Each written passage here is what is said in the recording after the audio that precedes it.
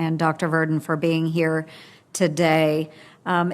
Of course, effective transition to the ground-based strategic deterrent will require a plan to safely and efficiently dismantle, dispose, and demilitarize the current ICBM fleet. And if you could, and I apologize for missing the first part of this, but if you could, please walk us through what progress is actually being made and what challenges you are facing with the disposition planning for the Minuteman III. So we're not responsible for the missile. That would be the Air Force. But for the warheads that are on the missile, roughly half of them will transition off of the Minuteman III onto the GBSD. The ones that won't transition, the material associated with those warheads will be, when authorized, will be disassembled and stored safely and securely as we've done in the past with the material that composes those warheads. So you don't foresee any issues then with that disposition. That's good. And then also, what is the, of course, DOD, DOE, and NNSA, they all have a stake in the development of the nuclear cores that are supporting our weapon systems and our nuclear navy.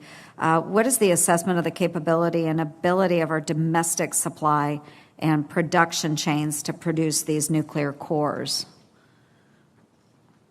By cores, I'm sorry for clarification, by cores you're referring to as the pits that we call the pits? Is that what you mean by the core, or the whole weapon? The whole weapon. The whole weapon.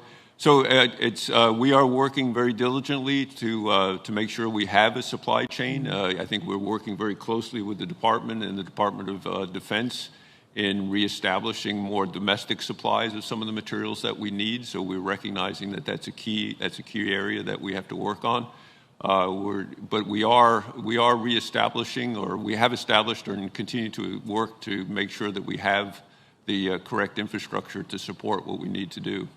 And Dr. Verdon, is there a role that you would see at the federal government level or with Congress in making sure that we can procure what's necessary domestically?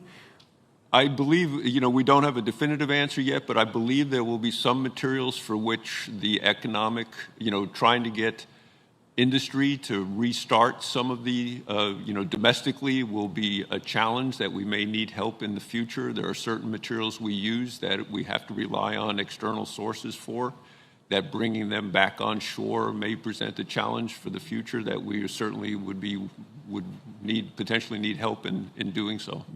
And what would some of those concerns that we have with external sources, where would those sources be located? I'll say sensitive countries. Okay, thank you. Thank you. I appreciate your time. Thank you, Mr. Chair. Thank you very much, Senator Ernst. Let me recognize Senator Kelly, please.